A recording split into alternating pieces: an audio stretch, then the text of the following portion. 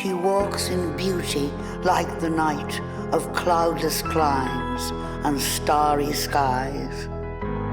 And all that's best of dark and bright meet in her aspect and her eyes. Thus mellowed to that tender light which heaven to gaudy day denies. One shade the more, one ray the less, had half impaired the nameless grace which waves in every raven tress, or softly lightens o'er her face, where thoughts serenely sweet express how pure, how dear their dwelling place. And on that cheek, o'er that brow, so soft, so calm, yet eloquent, the smiles that win, the tints that glow, but tell of days in goodness spent. A mind at peace with all below, a heart whose love is innocent.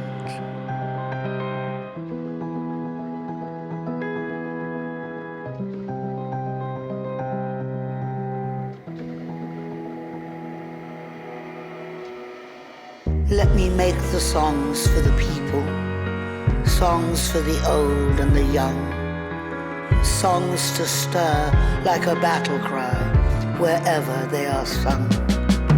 Not for the clashing of sabers, for carnage, nor for strife, but songs to thrill the hearts of men with more abundant life. Let me make songs for the weary, amid life's fever and fret, till hearts shall relax their tension and careworn brows forget. Let me sing for the little children before their footsteps stray. Let me sing for the little children before their footsteps stray. Sweet anthems of love and duty to float o'er life's highway. I would sing for the poor and the aged when shadows dim their sight of the bright and restful mansions where there shall be no night.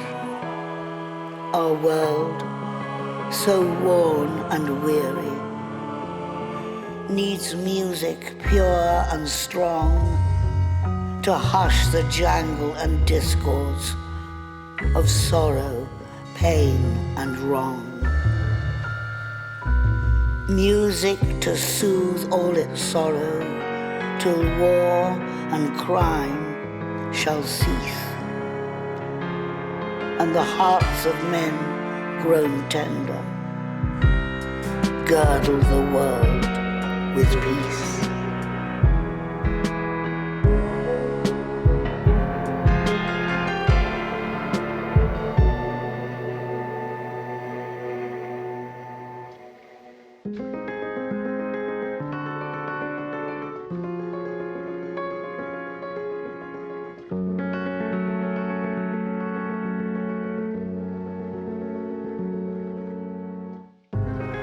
The girl goes dancing there on the leaf-sown, new-mown, smooth grass plot of the garden.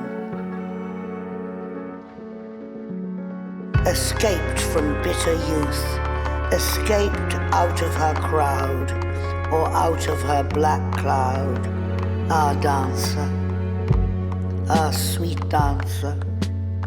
If strange men come from the house to lead her away, do not say that she is happy being crazy. Lead them gently astray. Let her finish her dance. Let her finish her dance. Our dancer, our sweet dancer.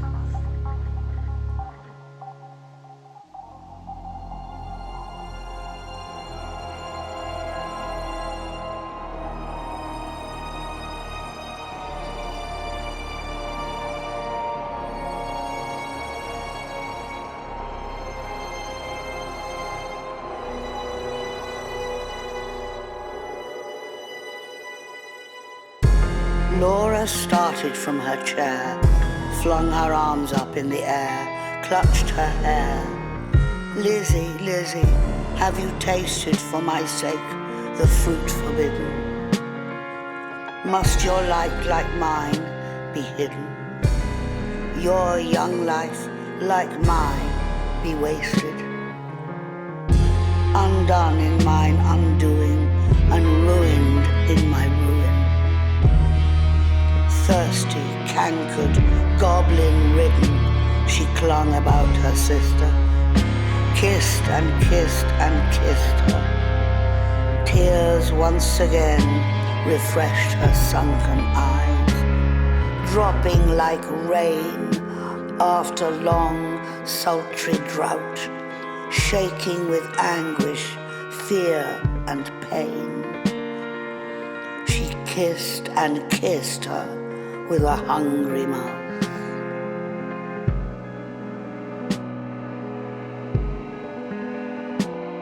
Her lips began to scorch. That juice was wormwood to her tongue. She loathed the feast, writhing as one possessed.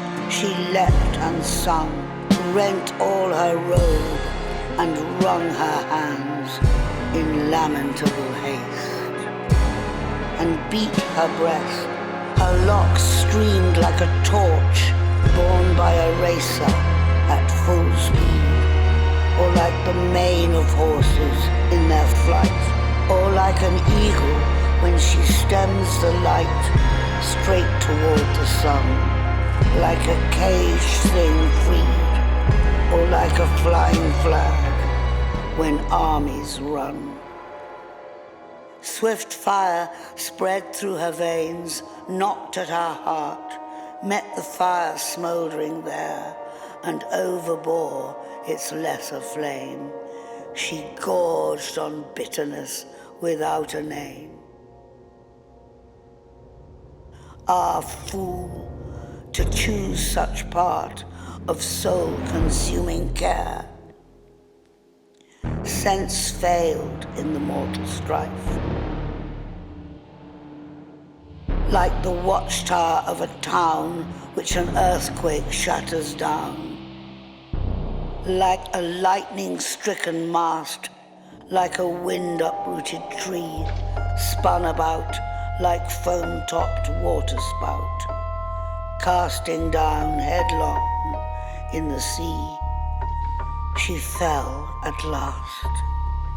Pleasure past and anguish past.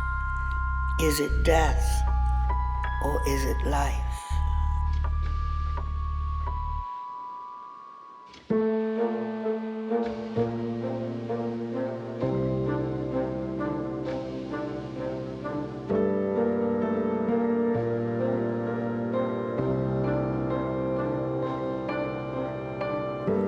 The beauty of her body was the essence of her soul. She was that unity sought for by philosophers through many centuries. In this outdoor waiting room of winds and stars, she had been sitting for 100 years, at peace in the contemplation of herself. The beauty of her body was the essence of her soul. She was that unity sought for by philosophers through many centuries. In this outdoor waiting room of winds and stars, she had been sitting for 100 years, at peace in the contemplation of herself. The beauty of her body was the essence of her soul. She was that unity sought for by philosophers through many centuries. In this outdoor waiting room of winds and stars, she had been sitting for 100 years, at peace in the contemplation of herself.